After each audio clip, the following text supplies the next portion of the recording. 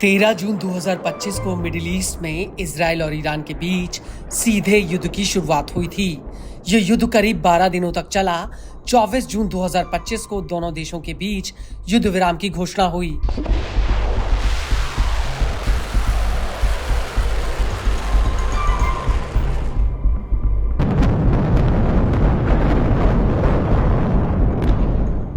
लेकिन इस युद्ध में खामनेई की मिसाइलों ने तेल अवीव में वो कर दिखाया जिसकी भनक किसी को नहीं थी।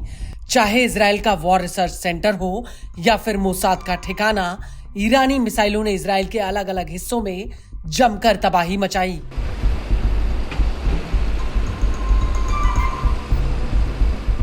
लेकिन युद्ध विराम के बाद भी इजराइल अभी तक ईरानी मिसाइलों की आग में सुलग रहा है।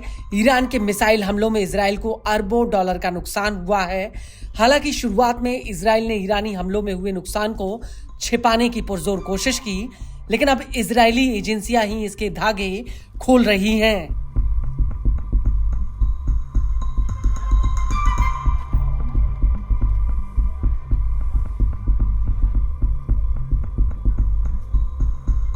दरअसल 12 दिनों तक चले इस युद्ध में इजराइल के भीतर हजारों घर, कारोबार, गाड़ियां, सब कुछ चौपट हो गया। और युद्ध के बाद अब इजराइल की टैक्स अथॉरिटी के सामने करीब 53,599 क्लेम यानी नुकसान के दावे दाखिल किए गए हैं।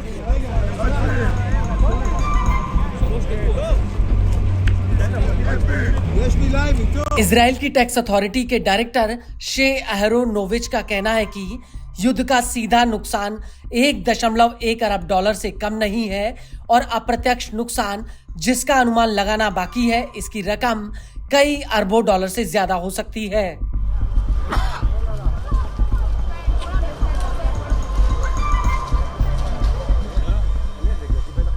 इजराइल की टैक्स अथॉरिटी का मानना है कि वेज़मैन विज्ञान संस्थान सोरोका मेडिकल सेंटर में ईरानी हमलों से भारी नुकसान हुआ है और लंबे वक्त तक कई कारोबार ठप रह सकते हैं। वहीं दूसरी तरफ तुरंत निपटान के लिए 9,803 ऐसे दावे दायर किए गए हैं जिन्हें फास्ट ट्रैक प्रोसेस में डाला गया है। वहीं संपत्ति नुकसान पर सबसे ज्यादा दावे दाखिल किए गए।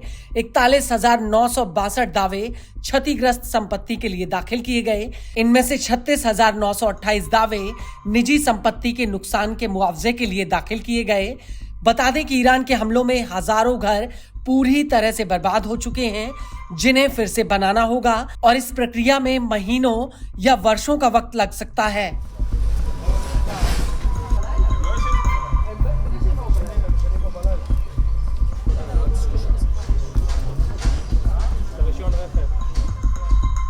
इसी दौरान इजरायली सरकार को बेघरों के लिए वैकल्पिक आवास की लागत उठानी पड़ेगी।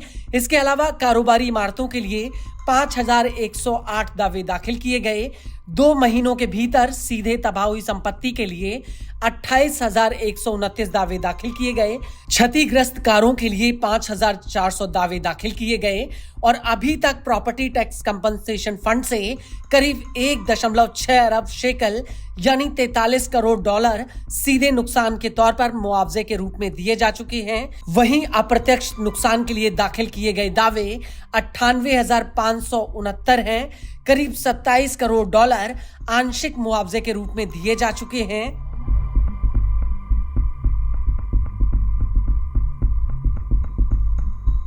और इसी बीच इजरायली अधिकारियों ने सरकार को ये चेतावनी दी है कि कुल नुकसान के लिए मुआवजे की रकम मौजूदा अनुमान के मुकाबले कई गुना ज्यादा हो सकती है।